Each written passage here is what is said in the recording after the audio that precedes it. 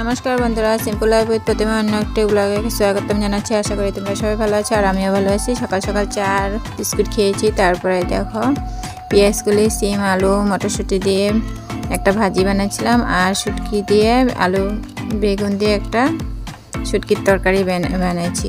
এই দেখো একটু বানানিটা দেখাই দিছি। পেঁয়াজগুলি, আলু, মটরশুঁটি দিয়ে একটা ভাজি বানাইছিলাম আর ভাজিটা এই দেখো।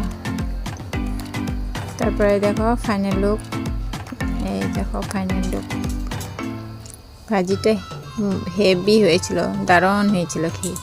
তারপরে শুটকির তরকারিটাও দারুণ হয়েছিল। এই দেখো ফার্স্টে পেঁয়াজগুলি আর শুটকিগুলি ভেজে নিয়েছিলাম, ভাজার পরে দেওয়া শুটকিগুলি ভাজে উঠায় নিচ্ছিলাম।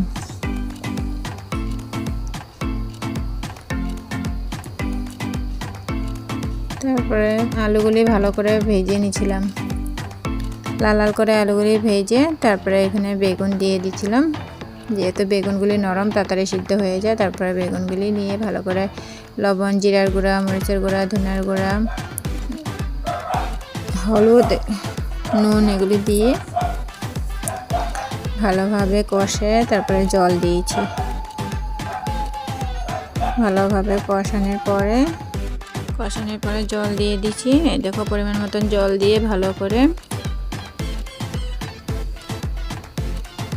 ফোটার জন্য রেখে দিছি। তারপরে শুটকিগুলি দিয়ে দিচ্ছি। যেহেতু ভেজে উঠায় নিয়েছিলাম শুটকিগুলি, তারপরে দিয়ে দিছি। ভালোভাবে ফোটানোর পরে জলটা ভালোভাবে ফুটলে এই দেখো ভালোভাবে ফুটে গেছে। তারপরে এই দেখো ফাইনাল লুক। সবজিটা দারুণ হয়েছিল খেতে আর ফাইনাল লুক দেখো, দেখতেও খুব সুন্দর হয়েছিল।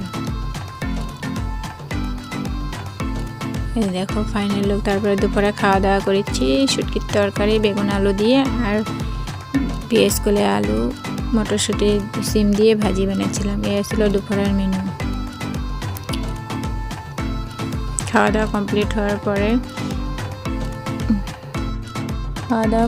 হয়ে গেছে। তারপরে দেখো খাওয়া দাওয়া কমপ্লিট হওয়ার পরে রোদে বসে আসলাম কত সময়। তারপরে দিয়ে এই দেখো খাওয়ার সময় মিষ্টির সামনে বসে আসলো। এই দেখো